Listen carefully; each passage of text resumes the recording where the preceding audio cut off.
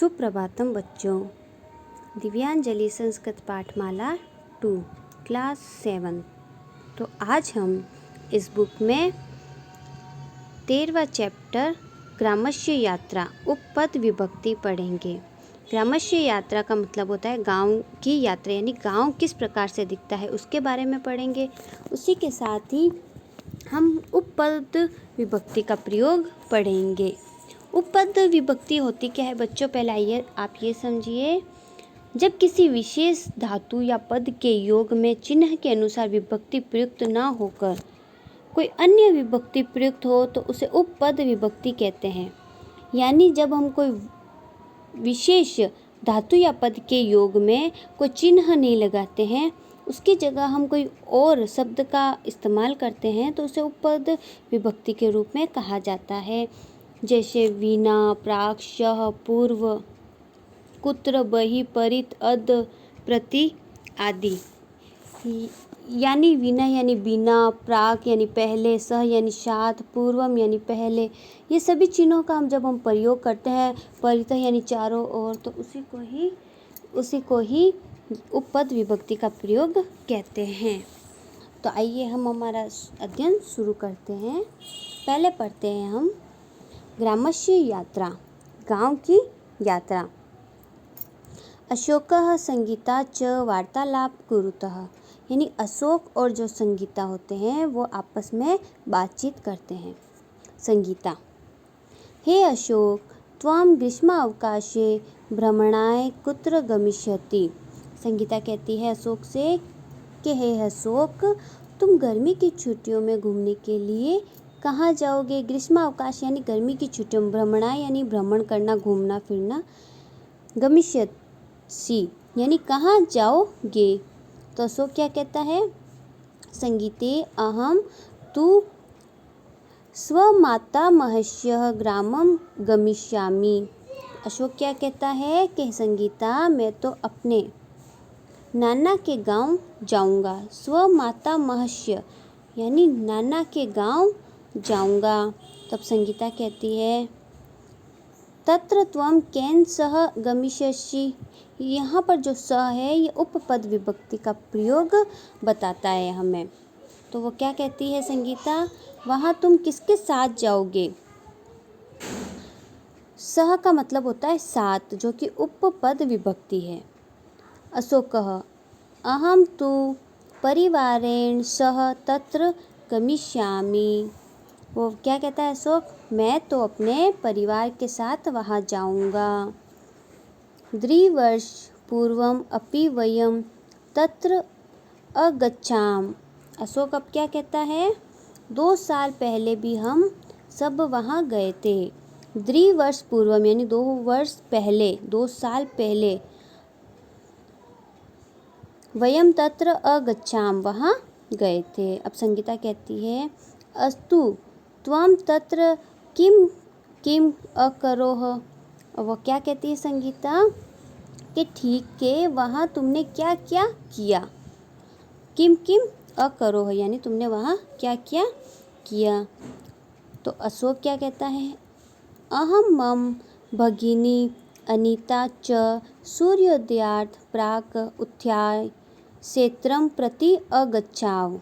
क्या कहती है अशोक क्या कहता है अब कि अहम यानी मैं, मम भगिनी यानी मेरी बहन, कौन? अनीता, च सूर्योदयात् सूर्योदय से पहले, प्राक उत्थाय यानी सूर्योदय से पहले उठकर, क्षेत्रम प्रति अगच्छाव खेत की ओर गए थे।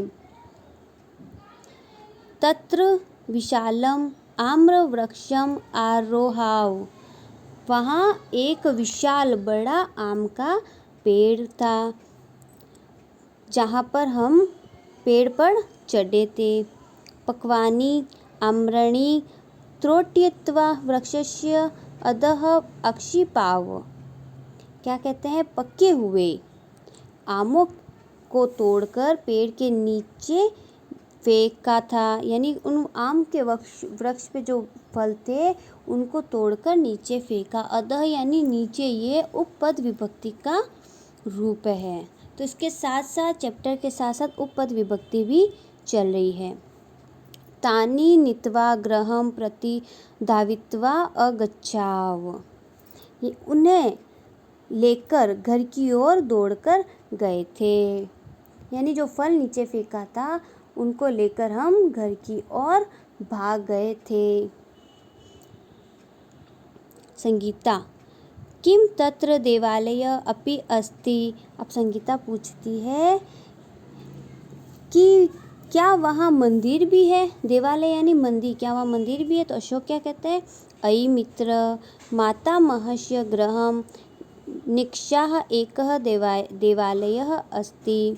क्या कहता है अशोक, अरे मित्र, नाना के घर के पास एक मंदिर है, कि वहाँ पर मेरे ननिहाल के पास एक मंदिर अवश्य ही है।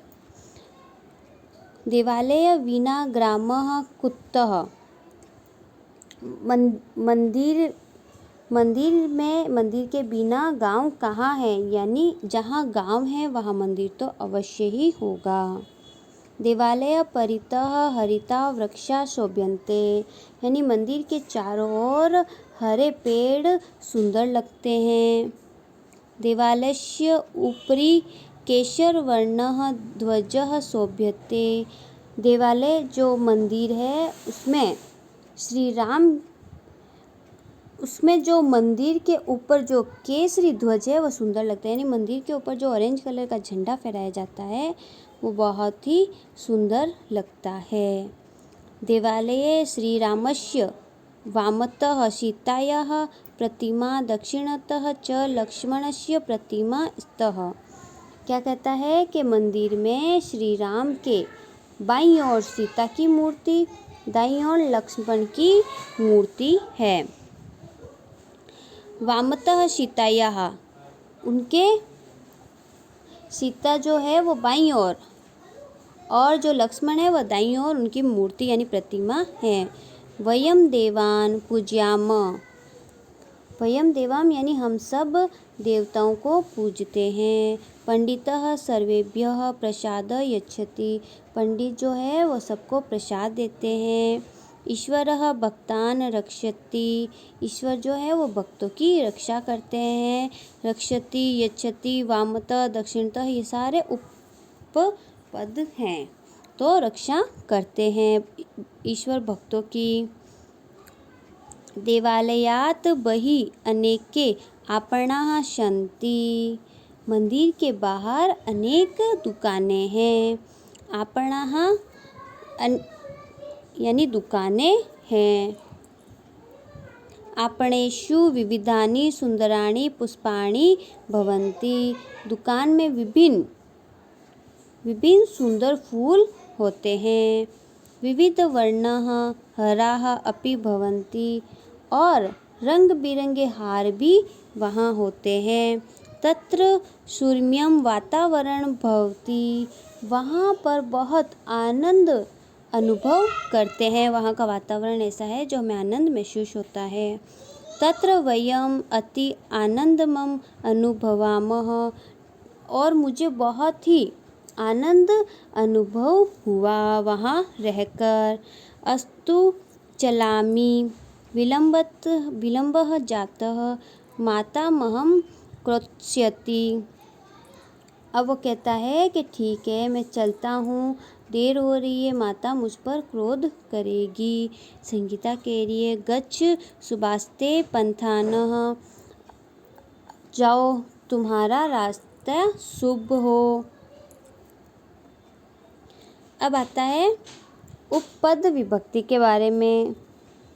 चिन्ह के अनुसार प्रयुक्त होने वाली विभक्ति कारक विभक्ति कहलाती है। यानी जहाँ चिन्हों का प्रयोग होता है किसी भी वाक्य में वो कारक विभक्ति कहलाती है। परंतु जब किसी विशेष धातु या पद के योग में चिन्ह के अनुसार विभक्ति का प्रयोग ना होकर किसी अन्य विभक्ति प्रयुक्त हो तो उसे उपपद विभक्ति कहते हैं। यानी अगर वहाँ कारक विभक्ति या उनके चिन्ह का प्रयोग नहीं किया जाता है तो वहाँ उपपद विभक्तियों का प्रयोग किया जाता है। पाठ में प्रयुक्त उपपद विभक्ति जो कि हमने अभी पढ़ी थी बहुत सारी, आ प्लस रू, द्वितीय विभक्ति, प्रति, निक्षा, रक्ष, वीणा, परितः। तृतीय विभक्ति है सह, वीणा। चतुर्थी विभक्ति जो हमने पढ़ी थी इनमें दा, यच, कुद। पंचमी बही, वीणा। षष्ठी अध, वामतः, ऊपरी, दक्षिणतः। उसी तरीके से शब्दकोश देखिए। वार्तालापम, बातचीत। ग्रीष्मावकाशे, गर्मी की छुट्टी में। भ्रमणाय, घूमने के लिए। स्व मातामहस्य, अपने नाना के। केन सह, यानी किसके साथ। अगच्छाम, गए थे हम। मम यानी मेरी। भगिनी यानी बहन। उत्थाय यानी उठकर। क्षेत्रम यानी खेत को। आरोह चढ़ गए हम दोनों। पकवानी, पके हुए। त्रोटित्वा, तोड़कर। अक्षिपाव यानी फेंका हम दोनों ने। नीत्वा लेकर। धावित्वा यानी दौड़कर। देवालय यानी मंदिर। हरिता यानी हरे। शोभते यानी सुंदर लगता है। पूज्यामः यानी पूजा करते हैं। सर्वेभ्य यानी सबके लिए। आपणा यानी दुकानें। विविधानि यानी विभिन्न। विविध वर्ण यानी रंग बिरंगे। हारा यानी मालाएं। अनुभवामः यानी अनुभव करते हैं। विलंब यानी देर। मह्यम यानी मेरे लिए। क्रोधयति यानी क्रोध करेगी। गच्छ यानी जाओ। शुभास्ते पथानः यानी शुभ यात्राएं। नवीनतम धातवः यानी जो नए रूप थे वो कौन कौन से थे। क्र यानी करना। गम यानी जाना। त्रुट यानी तोड़ना। श्रिप यानी फेंकना। अश यानी होना। शुभ यानी शोभित होना। पूज यानी पूजा करना। दा, यच यानी देना। रक्ष यानी रक्षा करना। अनु प्लस भू, अनुभव। और कुद्र यानी क्रोध करना। अव्यय जो थे उसमें वो थे च का मतलब और, अपि का मतलब भी, निक्षा यानी पास, दक्षिणतः यानी दाईं ओर, वीणा यानी बीना, प्राक यानी पहले, शह यानी साथ, पूर्वम यानी पहले। कुत्र यानी कहाँ, बही यानी बाहर, परितः यानी चारों ओर, अधः यानी नीचे, प्रति यानी और। तत्र यानी वहाँ, तु यानी तो, अति यानी बहुत, ऊपरी यानी ऊपर, वामतः यानी बाईं और। उत्थाय जो प्रत्यांतर पद थे वो कौन से थे। उत्थाय, उत प्लस स्ता प्लस ल्यप। ल्यप प्रत्यय था इसमें। धावत्वा, धाव प्लस कृत्वा। त्रुटित्वा, त्रुट प्लस कृत्वा, ये कृत्वा प्रत्यय था। इन शब्दों के जो पीछे शेष है ल्यप, कृत्वा, ये इनके प्रत्यय थे।